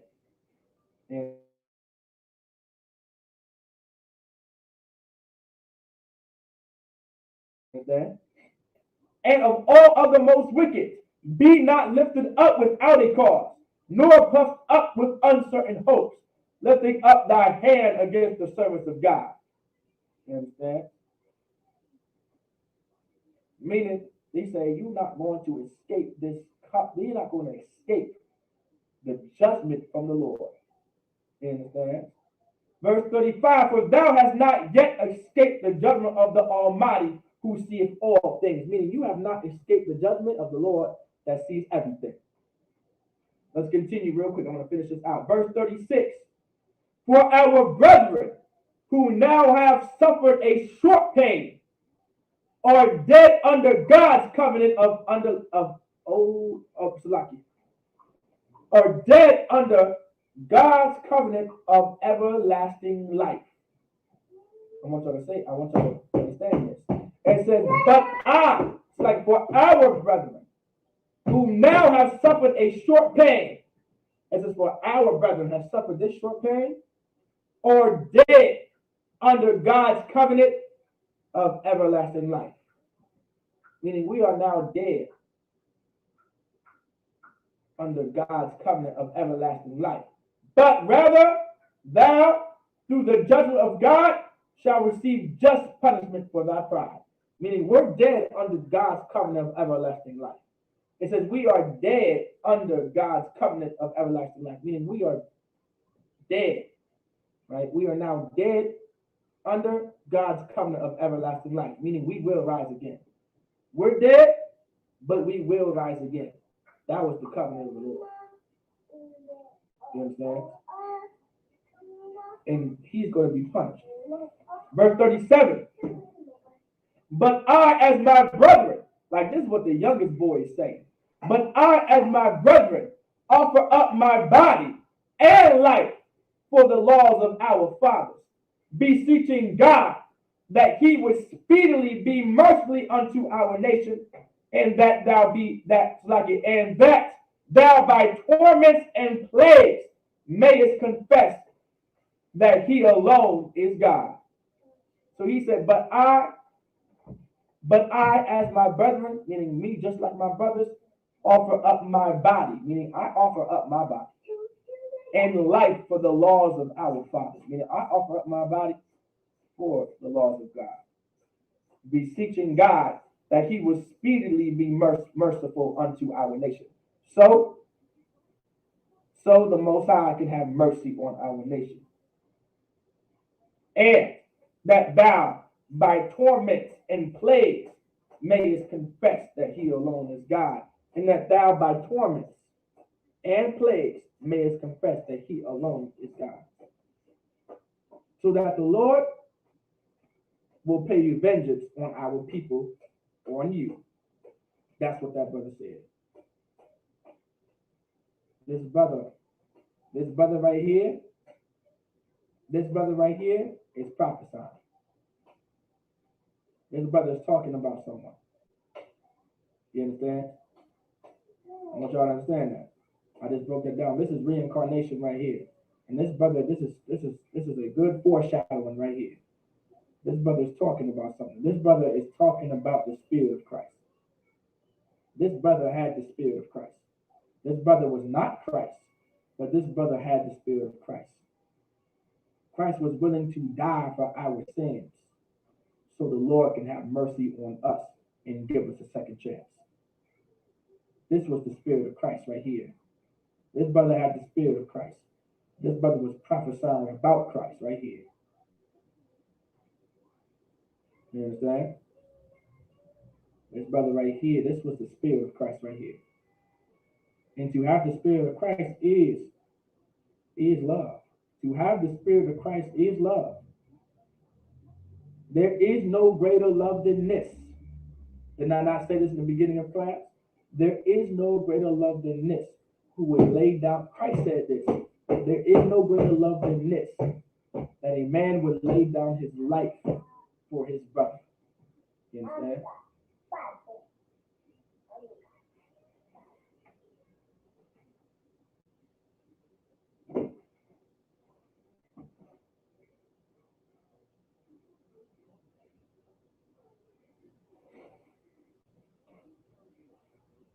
And so here we go. All right. Verse 38. And that in me and my brethren, the wrath of the Almighty, right, which is justly brought upon our nation may cease. All right. It's talking about the Lord. Right? Verse 39. That the king's rage, that the king being in a rage, handed him worse than all the rest. So being in such rage, the youngest got the worst punishment and the worst death. And took it grievously that he was mocked. He took it hard that he was mocked like he was. Because he realized he lost. He didn't win. He lost. So this man died undefiled. Because this man died undefiled. He wanted to kill this man defilingly. He was going to die either way. You understand? Our oppressor was going to kill us anyway. Or the Lord was going to put us down. We chose to die by the hands of men instead of dying by the hands of the Lord. Because we feared the Lord more than we feared man. So this man died undefiled and put his whole trust in the Lord. Meaning he fully put his trust in the Lord. That's how much trust you got to have. That you're willing to get the worst death ever so your people can live. Verse 41. Last of all, last of all after the sons, the mother died. Then the mother died right after. Last of all after the sons, the mother died. So after the sons were put to death, the mother died. Verse 42. Let this be enough now to have spoken concerning that idolatrous feast and the extreme tortures. Meaning, let this be enough now to have spoken concerning thy idolatrous feast and the extreme tortures. Like this right here, these men were willing to die and be put to death to not eat pork. They were willing to be put to death to not partake in idolatry feast, in idolatrous feast. They were willing to die the way they did to not celebrate Thanksgiving. That's the type of spirit we need. We should be willing to die like these brothers right here to not celebrate Thanksgiving, to not celebrate Christmas, to not celebrate New Year's, to not celebrate Valentine's, to not celebrate Easter, to not celebrate St. Patrick's Day, to not celebrate 4th of July. You understand? Like, this is the type of spirit we need. Like, this is the type of spirit we need to have for our people.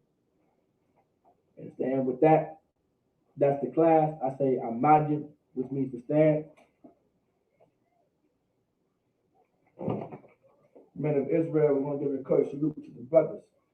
Men of Israel, Amajid Shabbat, Amajid Barak, Yahweh Ba'ashem Yahushua Brakatah, Yanamata, Sha'ala Wapya, which means turn and face the sisters. Men of Israel, we're going to give a courteous salute to the brothers. Men of Israel, Amajid Shabbat, Amajid Barak, Yahweh Shamar Alathan Ba'ashem Yahushua, Yanamata. With that, class dismissed.